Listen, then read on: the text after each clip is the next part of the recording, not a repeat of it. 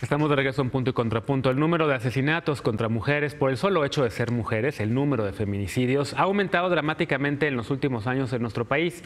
Y eso que no todos los casos son reconocidos como tales, como feminicidios. Pero este delito salió de la propuesta para incorporarse al catálogo de prisión preventiva. ¿Por qué? ¿Es válida la argumentación? Veamos el contexto.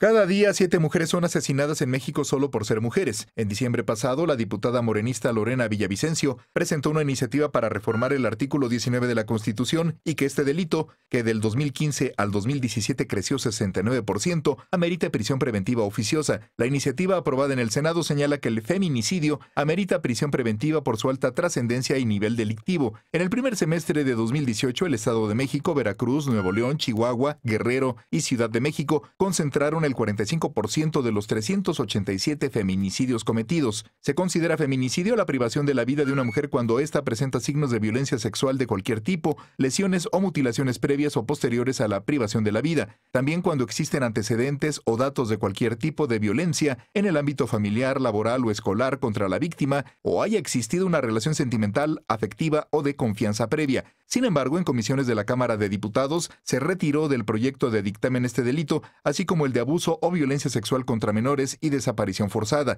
Según los diputados que integran la Comisión de Puntos Constitucionales, incluir esos delitos en el catálogo de prisión preventiva violaría la presunción de inocencia, debido proceso, seguridad jurídica, independencia judicial, igualdad, integridad de las personas y el principio de progresividad de los derechos humanos. Solo 3 delitos se mantienen en la propuesta: robo de hidrocarburos, uso de programas sociales con fines electorales y corrupción por enriquecimiento ilícito. La iniciativa fue cuestionada por la Oficina en México de la Alta Comisionada de Derechos Humanos de la ONU y por el Grupo de Trabajo sobre la Detención Arbitraria de Naciones Unidas, que señalaron que ampliar la prisión preventiva debilita derechos y garantías ciudadanas y es contraria a las obligaciones que se encuentran en tratados internacionales de los que México forma parte. Hasta ahora se castigan con prisión preventiva 6 delitos: crimen organizado, homicidio doloso, violación, secuestro, trata de personas, delitos cometidos con medios violentos como armas y explosivos. Punto y contrapunto. Segundo tema a discutir en la mesa, y creo que aquí podría haber o no polémica. Creo que no va a haber polémica. No sé si las 4 están de acuerdo en que prisión preventiva es algo que está fatal, que no debería existir, pero si alguien quiere argumentar a favor de la prisión preventiva para alguno de los temas, incluidos los 3 que se quedaron ahí en la iniciativa, corrupción, enriquecimiento ilícito y robo a combustible como prisión preventiva, si quieren podemos argumentar por ahí. Si quieren argumentar también por el hecho, por el argumento que tenían los diputados y las diputadas de que tener los feminicidios, la violación de menores y demás atenta contra el principio de presunción de inocencia, pero los otros no, pues si quieren podemos tener esa discusión. ¿De qué manera, si me permiten o si quieren empezar la discusión por ahí, de qué manera podríamos combatir mejor los feminicidios, los transfeminicidios y en general todos los crímenes de odio que hay en este país? Marce. Sí, bueno, yo estoy totalmente en contra de la prisión preventiva. Para cualquier delito. O sea, me parece que es un retroceso grave, como otros. O sea, el populismo punitivo otra vez al centro de la mesa, ¿no?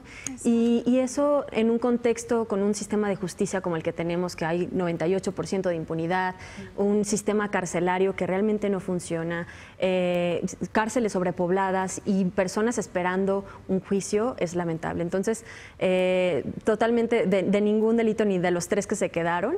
Y en temas de feminicidio, bueno, probablemente el tipificarlo en los códigos penales ha sido un avance. Sin embargo, no es un tema o sea, es una acción afirmativa. Sin embargo, faltan muchísimas cuestiones para que realmente a partir de la política pública se puedan hacer acciones transformativas que cambien las violencias estructurales y que culmina con esta, que es la más grave, que es el feminicidio.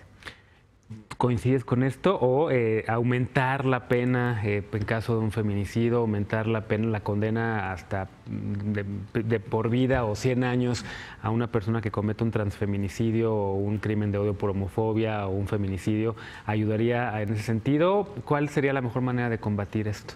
Yo estoy de acuerdo con lo que comenta Marce. Me parece que hemos recurrido muchísimo a este populismo punitivo en el cual mientras más altas sean las penas que puedes recibir por cometer un delito, pareciera que se va a ir desincentivando la ejecución del mismo. Y lo que nosotras hemos visto desde X Justicia para las Mujeres es que no es cierto.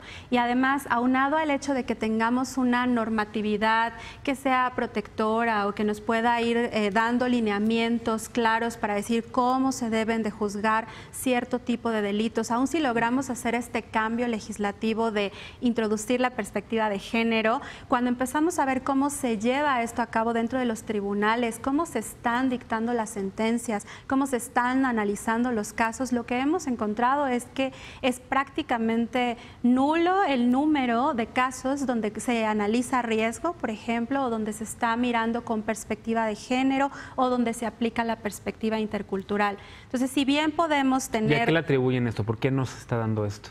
Bueno, ahí podríamos tener otra mesa solo para discutir el tema. De entrada, sí, claro que hay estereotipos de género fuertemente arraigados en nuestra cultura. También es cierto que hay algo que tiene que ver con la práctica y el ejercicio del derecho y cómo se está enseñando en las escuelas aquí en México, que es como muy formalista y entonces lo que dicta la norma es, y no miras los contextos o la vida particular de cada persona y cómo se está dando cada caso. Pero también hay un tema muy importante que tiene que ver con capacidades materiales e incluso con los recursos con los que cuentan los ministerios públicos, los tribunales, los centros de justicia para las mujeres y todas estas instituciones que existen para sancionar, prevenir, erradicar, atender la violencia contra las mujeres. Claro. ¿Cuál, si fueras legisladora, si tuvieras la oportunidad de estar ahí o si fueras la coordinadora parlamentaria de Morena, si Mario Delgado no fue, si tú fueras la Mario Delgado, ¿qué harías para cambiar esto? ¿Cómo, sí, ojalá, por favor, pero ¿qué harías para poder combatir realmente de una manera que respete los derechos humanos incluso y que sea muy efectiva para combatir estos crímenes de odio? Mira, yo creo que en principio no tenemos un diagnóstico suficientemente claro sobre la situación, ¿no? Entonces creo que ese es un primer paso que ha estado ausente tanto de esta discusión como en general de las políticas públicas y creo que sería como retroceder un paso y entender la complejidad de la situación. Creo que sí tenemos un grave déficit en el tema de acceso a la justicia y que... tenemos un problema fuerte de violencia contra las mujeres y violencia de género, pero que no necesariamente cualquier acción abona, ¿no? Y entonces creo que ahí es cuando se vuelve muy importante este análisis muy minucioso de la situación, porque creo que incluso podría agravar la situación, medidas mal implementadas, con una falta de presupuesto, con una falta de violencia en contra de las mujeres, generar un diagnóstico específico, claro, suficiente, que nos permita entender la complejidad y a partir de ahí, pues ver las obligaciones de cada uno de los poderes, ¿no? Porque también creo que muchas veces dejamos en el legislativo obligaciones que tendrían que tomarse desde el ejecutivo o incluso hay una falta de coordinación entre los poderes, ¿no? Entonces creo que ese sería un primer paso muy importante. ¿Ese combate debería ser federal o también a nivel local? No, ¿hay variación en cada estado? Sí, creo que justo parte de ese diagnóstico sería entender en dónde están los retos particulares, ¿no? Y creo que incluso desde la tipificación que se hace tenemos ese reto, ¿no? La tipificación varía de un estado al otro, de un código penal al otro, entonces incluso las manifestaciones que en un lugar pueden considerarse importantes en otro, ¿no? Entonces, y también creo que en el tema de feminicidio particularmente, lejos de entender cuáles son esas manifestaciones particulares, hemos empezado a pensar que todo asesinato de una mujer es feminicidio. Y entonces eso, lejos de abonar a entender la complejidad y la gravedad, nos hace dejar de ver el fenómeno como tal y dejar de ver las manifestaciones particulares, ¿no? Entonces creo que ese sería un primer paso muy importante que no se ha hecho. Y sí creo que dejar de poner el tema en este populismo punitivo, dado el contexto, sería súper importante, ¿no? Creo que el contexto nos lo dice. O sea, por ejemplo, hay 150,000 al año, 150,000 denuncias relacionadas con violencia de género, de las cuales 2.4 son sentencias condenatorias, ¿no? Entonces, si seguimos como reproduciendo ese modelo que no nos ha dado ningún resultado, que no hace que las mujeres se sientan más seguras y que tampoco nos da suficientes elementos para actuar, creo que no vamos a llegar a ningún lado. Entonces, claro. Senadora, si fuera senadora, ¿coincidirías con Tania y con Jimena y con Marce? ¿Qué harías distinto? ¿Qué es lo que está mal de esta iniciativa de prisión preventiva para combatir feminicidios?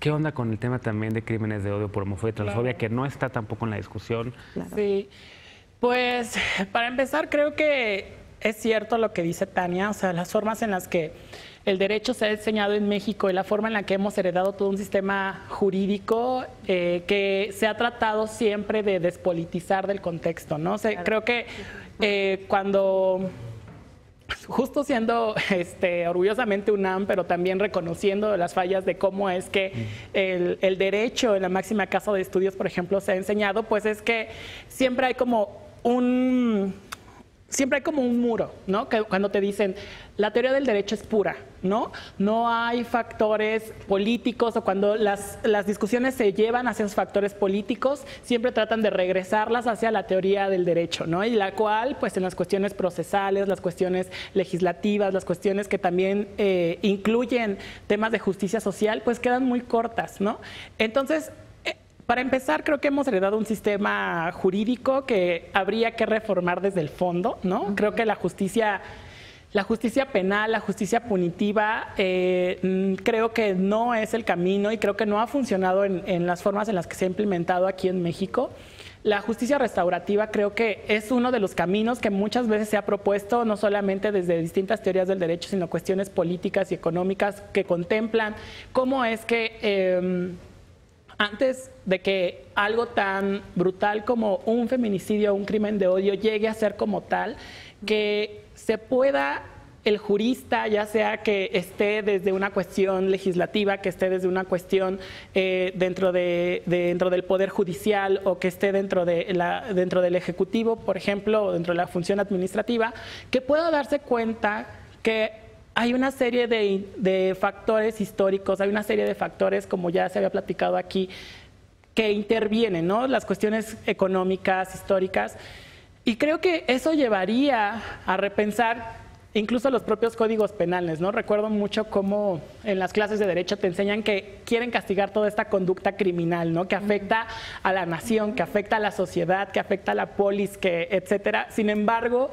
nunca se da un paso antes para mirar qué lleva ese sujeto, ¿no? Ese sujeto político, ese sujeto de derechos, ese sujeto construido desde la subjetividad a ir a ese punto, ¿no? Y creo que hay un contexto social que pues se ha invisibilizado. Claro. Marce, ¿qué hacemos? O sea, ¿cómo le damos la vuelta al tema? ¿Habría que hacer más presión en el Congreso? ¿Habría que ir a hablar, tocar las puertas de Tatiana Cloutier, de Marta Tagle, de todas las diputadas que puedan ser y que puedan entender mucho mejor estos temas para decirles, oigan, díganle a sus colegas machos que no, que por ahí no? Sí, claro. Sí, es eso. Yo creo que primero empezar por sensibilizar a las autoridades en todos los niveles, a los hacedores de política pública, justo el diagnóstico me parece muy importante. O sea, el ciclo de política pública difícilmente se cumple en México. O sea, no hay un diagnóstico, se regula con base en ocurrencia y no termina en una evaluación. Entonces, sensibilizar desde una perspectiva de género para construir políticas que realmente sean preventivas de cualquier violencia contra las mujeres sería, me parece, el primer paso. O sea, cada contexto, Estado de México, a diferencia de Guanajuato, a diferencia de Chiapas, tienen contextos tan diversos y adversos que sí habría que empezar como con esa sensibilidad, me parece, desde lo local. Pues muy bien, déjenme hacer una pausa, regresamos con el último tema de la noche. Nosotras, porque son mayoría de mujeres, nosotras regresamos después de la pausa, regresamos con el tema de derecho a decidir y embarazo adolescente en específico, ya aquí en la mesa de Punto y Contrapunto.